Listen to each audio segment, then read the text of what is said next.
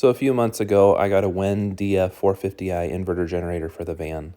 I'll post a link to that video at the end of this video. It'll go over like the unboxing, the setup, and the oil change and stuff like that.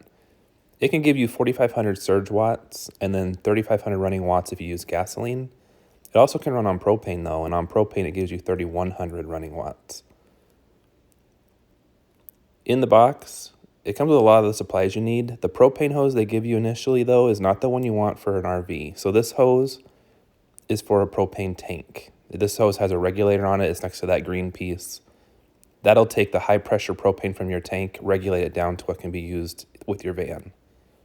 So our vans already have a regulator built in. So I had to order a different hose, no regulator attached, with a quick connect. I got one that can go on a Blackstone grill. So these instructions kind of go over like if you wanted to use the quick connect for the Blackstone.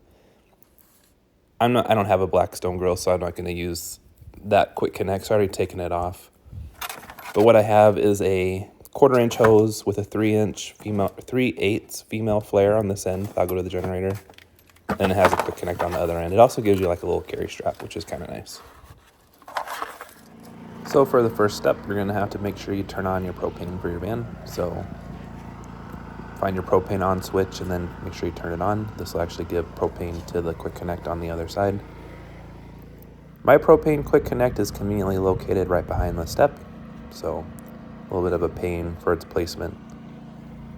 Here's the new hose with its quick connect end. I'm going to try to do this one-handed, but I kind of have to try and like move this to the side of the step a little bit as I'm trying to push in. I'm not going to be able to do it one-handed. I'll have to switch to two hands.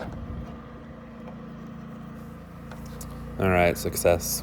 Mine takes a little bit extra dexterity because it's in a really bad place with that step. You kind of have to slide the collar up with one hand and push it in at the same time while you're also trying to pull it away from the step. I don't know, but it worked. So I'm running the generator out of gas. So you can see it's still on run, but it's starting to die.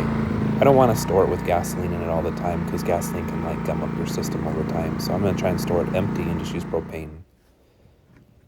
So I got the other end of the propane. This is the 3/8-inch flare, the female flare that attaches to your generator.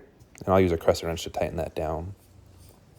In order to get your gas to flow, you're going to have to move this little gray lever. It looks like it doesn't want to move, but it actually moves like super easy once you just pull on it. That'll give you gas to your generator.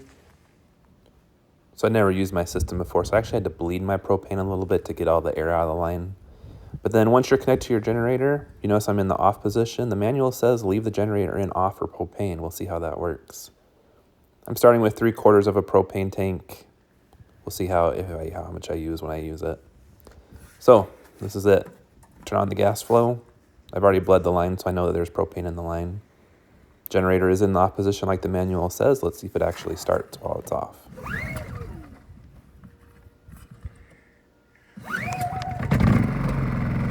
Nice, started. So the manual is correct. If you can leave this in the off position, as long as there's gas flow from propane, it'll run. Make sure you use a neutral grounding plug. This gets rid of the error codes that you get from portable generators if they have a floating ground. And then also make sure you use a circuit protector. I use the Hughes, the Power Watchdog for both of them. I'll leave links to those in the description. And then I haven't connected to the van yet. It says to let that stabilize for a couple minutes before you hook anything up to it. So just looking, I'm on 30 amp for the input. And I'm at 96%. In the winter, I don't use a whole lot of energy, so hooked up to the generator, making like 65 amps input. That's less than gasoline for sure. I also kind of wonder if I'm so close to being full that it's kind of regulating like how much it wants to accept. I'm getting 121 volts, which is kind of nice. So now we need to like stress the system a little bit. So luckily it's hot and I can turn the air conditioning on. The van's 85 inside and it's February. This year's weather's insane. Anyway, air conditioning's running. Didn't really notice a huge jump up in the propane, in the generator's noise with using propane. It's pretty consistent, it seems like. And then looking down at the panel, with the air conditioner running, we are still charging our battery. So we're still like positive 50 amps. So the generator does have more to give than just the 60 I showed at the beginning. I think it's just because it's close to full. Still giving 120 volts, still charging, and running the AC at the same time. So that's perfect. That's what I want it to do.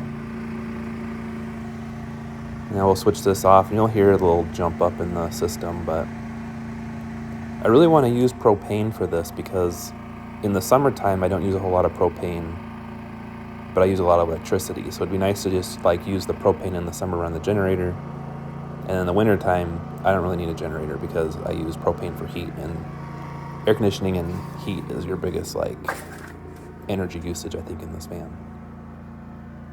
So it's been 20 minutes or so. We're still at 3/4 on the propane. I don't really trust that gauge though, so it's not really a very good indicator, I don't think.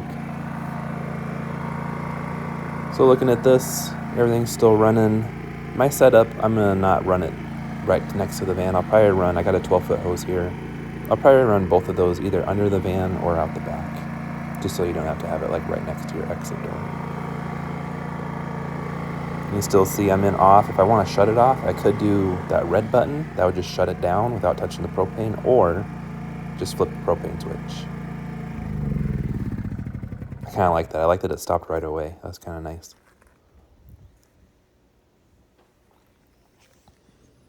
And then to disconnect this, it's just slide that collar forward and pull your hose out.